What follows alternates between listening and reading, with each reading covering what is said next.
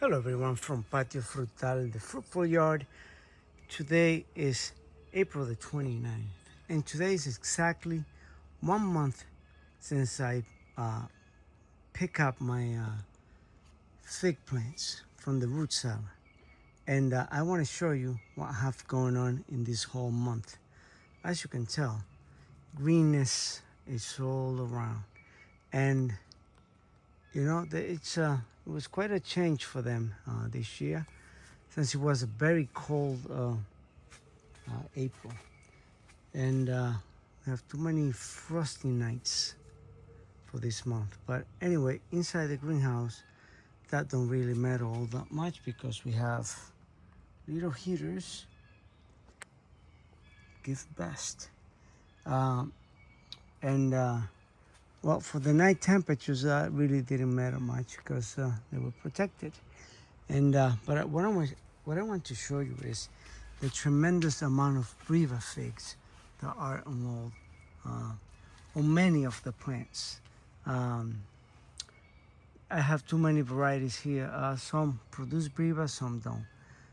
But look at this one. This is a tiny plant. This plant is about 3 feet tall, and she has a whole bunch of brevas.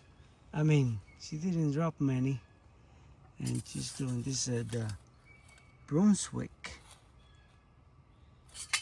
And well, I think she's like I got them in a gallon plant, and well, this will be her third summer, I suppose, and she is delighting me with all these brevas. Look at the size of this thing. This thing is a good size. Those are ready to stay there. I mean, I'm going to show you here some of the plants. This is one of my tallest plants here up front, because I have them in the highest part of the this high tunnel or greenhouse, whatever they want to call it. But look, she has some figs in there, and I have some that have figs that came right from the root cellar, and they're still holding on. Surprise, surprise. I mean, I was not expecting those to stay there because they were all winter there in the plant, and they made it through. So it is looking good. So yeah, this is what is this one here? This is the large fig magnolia. As you see, she's having quite a bit of breva figs showing up. And look at this other one here. This one also has some beautiful figs. And as you see, the plants are looking healthy. I gave them some light fertilizer to get them kickstart inside the greenhouse. So they are responding quite well. You see the amount of figlets everywhere. And this one here, let's see. This is a LSU Gold, which last year produced some brevas itself. I have 4 plants that produced breva last year. And well, this year things are looking much better because they have a lot of space here in this greenhouse.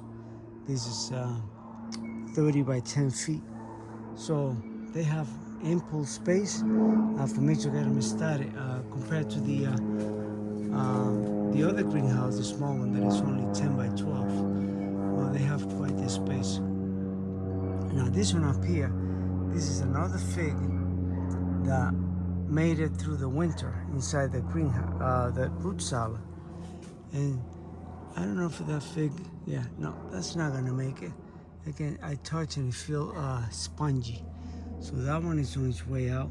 But that was in there through the whole winter in the root cellar.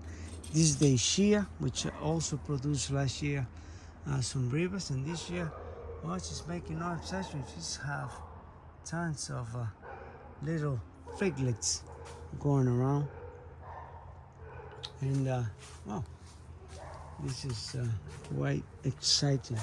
My first brevas last year, they were delicious, and they were a good presentation for what was coming for the future.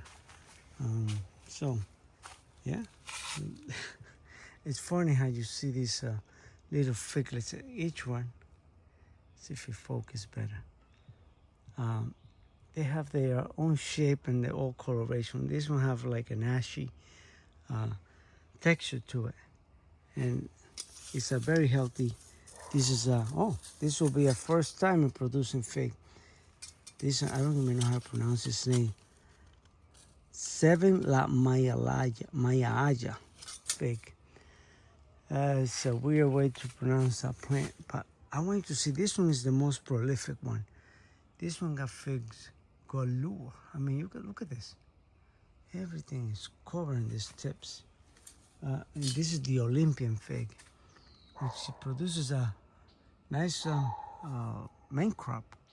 But look at this. This thing is covered in breba figs, which is awesome.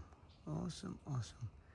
Yeah, this production is unbelievable. Yeah. So, I mean, not all the plants have, as you see. There's plenty here that don't have anything.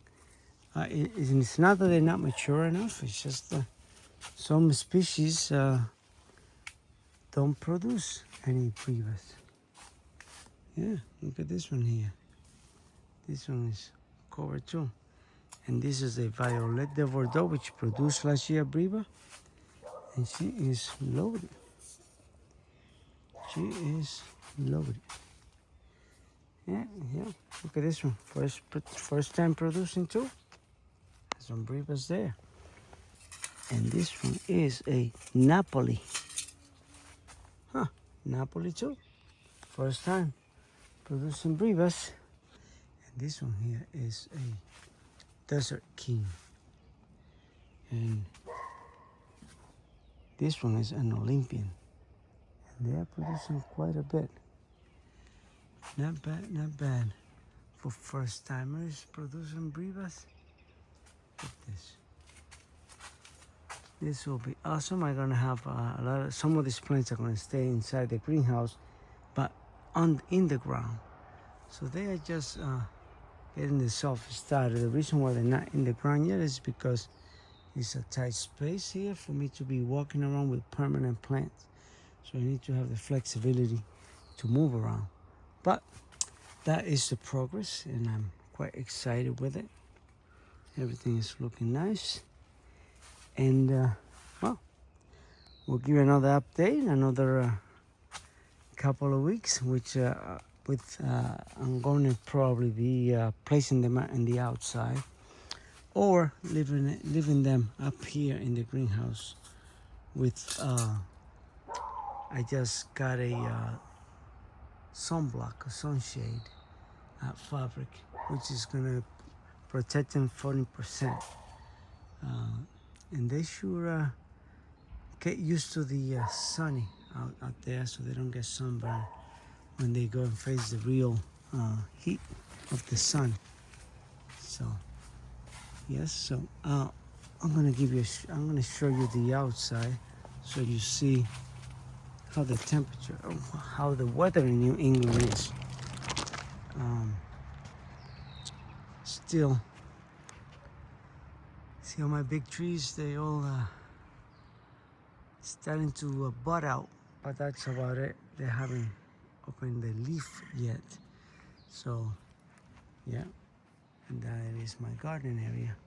But like I said, it's still too cold of a spring so far. Here in New England, zone 6B, and that's what's going on. So there you go, guys, from Patio Frutal. I hope you like, share, and subscribe, and you have a great evening.